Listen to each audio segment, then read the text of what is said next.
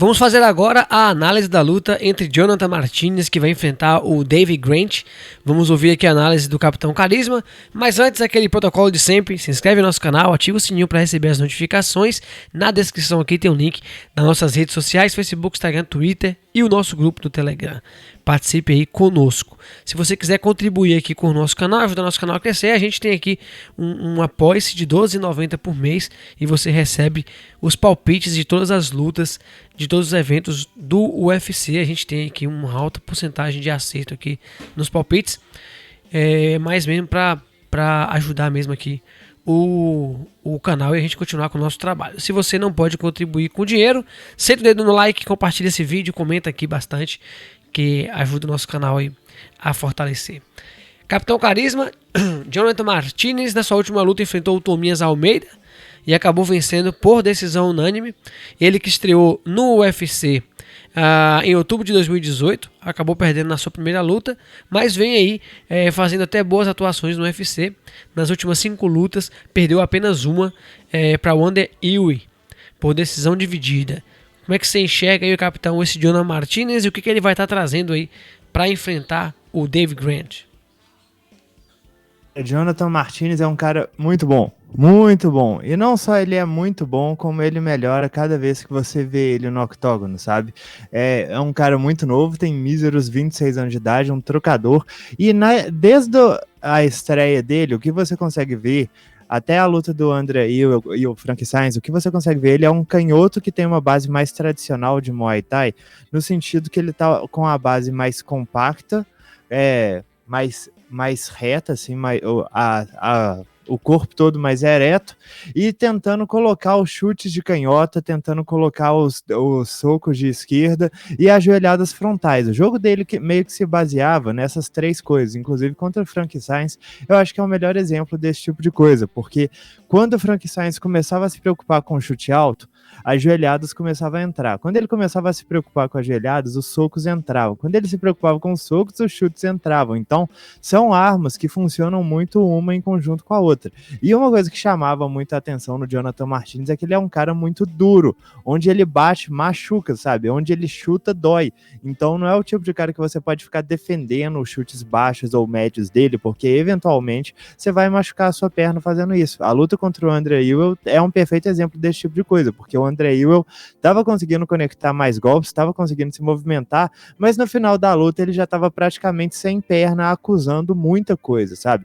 Porque é isso, o Jonathan Martinez, ele não tem a melhor defesa de golpes, na verdade, até muito recentemente eu diria que ele não tem praticamente defesa de golpes alguma, mas é um cara muito duro de se colocar, de se derrubar na porrada.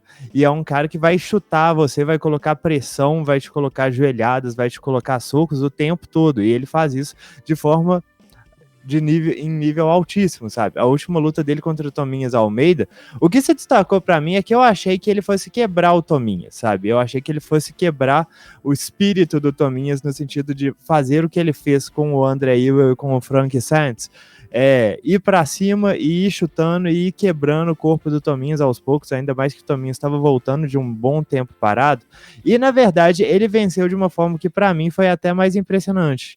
Tipo, claro que não foi um nocaute teria sido impressionante, mas eu achei muito incrível ver o tanto que o boxe dele se desenvolveu no período de 1 ano, sabe? Ele não tinha esse boxe nem no início do ano, nem 8 meses antes da luta contra o Tominhas, e ele foi lá, conseguiu boas combinações, boa movimentação, boa precisão, e detalhe que, tipo assim, o boxe dele era meio que o calcanhar de Aquiles dele na trocação, era uma coisa que ele não estava fazendo direito, que ele não conseguia fazer direito porque ele priorizava muito os chutes e ajoelhadas. Agora, é ruim você priorizar os chutes e ajoelhadas? Não, de forma alguma.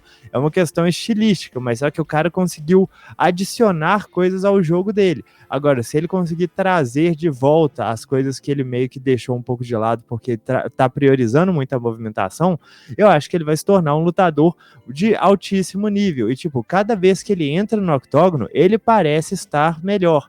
Tanto que a luta dele contra o Frank Saenz, eu achava que ele venceria, mas foi uma performance muito absurda. A luta deles contra o Tominhas foi também uma performance muito absurda. Então, eu tenho grandes expectativas em cima dele, viu? Pois é, bora ficar de olho nele aí, né? Do outro lado, capitão, a gente tem aí o Davey Grant, atleta que fez sua estreia no UFC em 2013. Nossa, muito tempo, ficou um tempão aí inativo aí o Davey Grant, né? Ele acabou sendo derrotado pelo Chris, que venceu aí o TUF Finale número 18.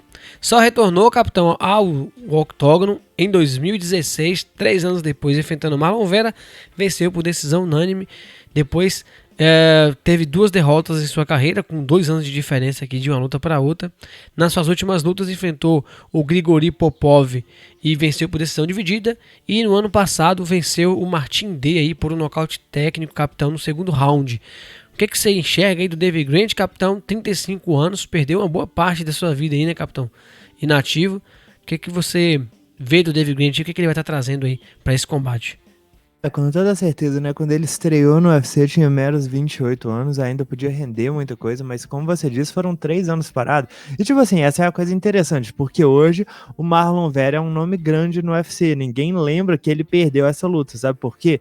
Porque desde essa luta, deixa eu contar até quantas lutas o Marlon Vera fez. 1, 2, 3, 4, 5, 6, 7, 8, 9, 10, 11, 12, 13 lutas desde a derrota pro Davey Grant. E o cara fez 4, né?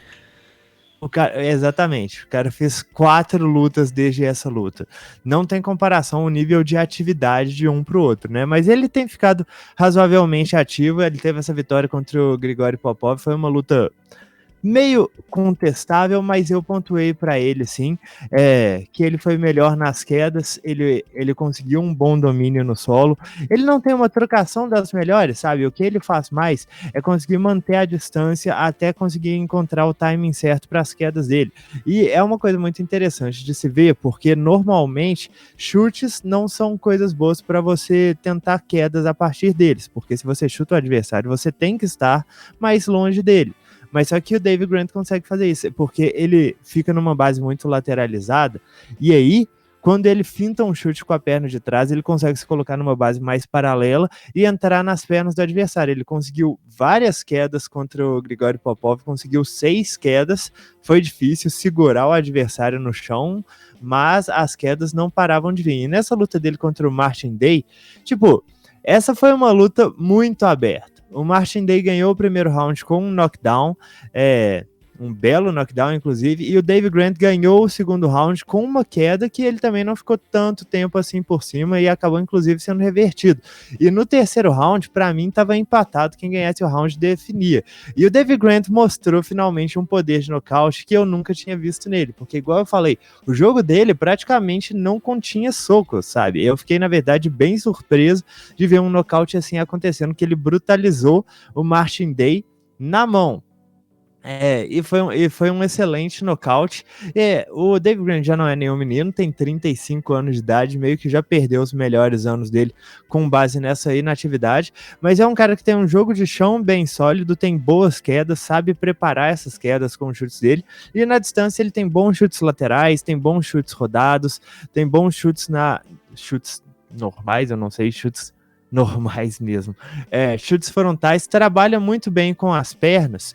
E eu meio que estou vendo uma certa evolução no boxe dele. Eu não é o tipo de coisa que eu diria que se destaca absurdamente, mas ele tá rendendo melhor em uma distância que antes ele não conseguia fazer praticamente nada.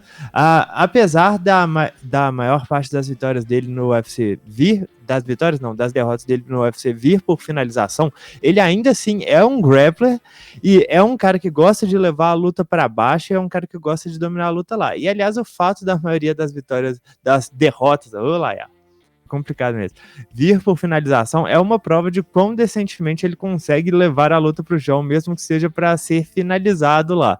Até o momento ele levou praticamente todos os oponentes que ele teve para a luta de solo, e mesmo quando ele não consegue levar, ele não está completamente perdido em pé, não. Ele consegue manter a distância bem, consegue se manter longe de risco, até conseguir aplicar os chutes ou entrar em uma queda. Bom, se você está gostando aqui da nossa análise, deixa aqui o seu like e comenta aqui embaixo quem você acha que vai vencer essa luta. Bom, capitão, o Jonathan Martinez tem 1,73 de altura, também tem 1,73 seu adversário. Os dois pesam aí na faixa 65 kg, 61 aqui. O Davey Grant está subindo de categoria, não entendi. 5 kg de diferença. alcance bem parecido dos dois. Canhoto, o Martinez, destro, o Dave Grant, capitão. Como é que você enxerga esse combate? Bom, então, eu acredito que vai ser um combate meio de um grappler contra um striker nesse sentido, porque, honestamente, eu não considero que seja uma boa ideia que o Grant tente trocar muito tempo com o Martinez. Eu não acho que ele tem um jogo de mãos apropriado, eu não acho que ele tem, até mesmo o jogo de chutes dele, que é bem decente, vai servir mais para manter a distância do Martinez e, tipo, o Martinez tem um jeito bem metódico de ir encurtando a distância, que ele vai te colocando mais perto da grade, e aí, eu acho que até mesmo os chutes do Martinez são muito mais potentes do que os que o David Grant tem. Ele consegue causar estrago muito mais fácil do que o adversário, sabe? Então, eu não acho que realmente trocar seja uma boa ideia. Eu acho que é uma questão de dar chutes laterais e esperar o Martinez tentar encurtar a distância. Quando ele encurtar, é voar nas pernas dele, porque o Martinez não tem um jogo de chão muito bom. Ele é meio tartaruga, assim, de costas pro solo. É um cara que, tipo, ele briga. Ele não fica de costas pro solo muito facilmente, sabe? Ele tenta sair com tudo e é um cara que consegue se levantar até razoavelmente bem. Mas ainda assim é o jogo que ele é mais vulnerável.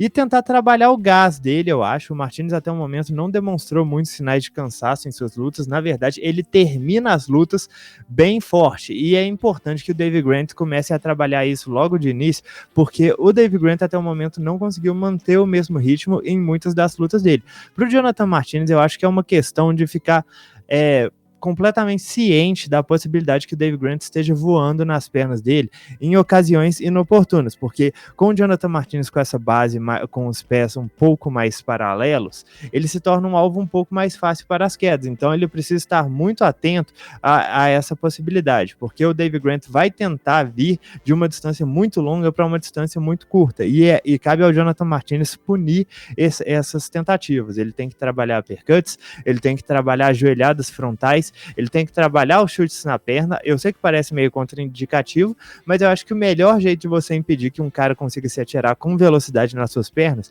é prejudicar a perna dele. E até o momento, o Jonathan Martinez não foi muito punido com quedas por tentar chutes baixos. E eu acho que quebrando essa postura aí do Dave Grant, eu sei que esse é o tipo de coisa que já me custou antes, inclusive eu apostei contra o Dave Grant na última luta dele, e ele me surpreendeu bastante, mas no sentido que eu não acho que realmente exista uma grande ameaça para o Jonathan Martinez na trocação, exceto pela mão vadia que possa entrar, sabe? Da mesma forma, eu acho que se Dave Grant levar a luta pro chão, ele deve conseguir uma superioridade bem sólida. E eu acho que a luta deve transfigurar dessa forma, Dave Grant tentando manter a distância, ou então encurtar a distância o mais rápido possível, e o Jonathan Martinez tentando causar estrago com suas combinações, com seus chutes e com suas joelhadas. Bom, tá aqui a análise do Capitão Carisma. Se vocês concordam com ele, deixem aqui os comentários. Se discordam também, senta o dedo nesse like aí para fortalecer o nosso vídeo e até a nossa próxima análise.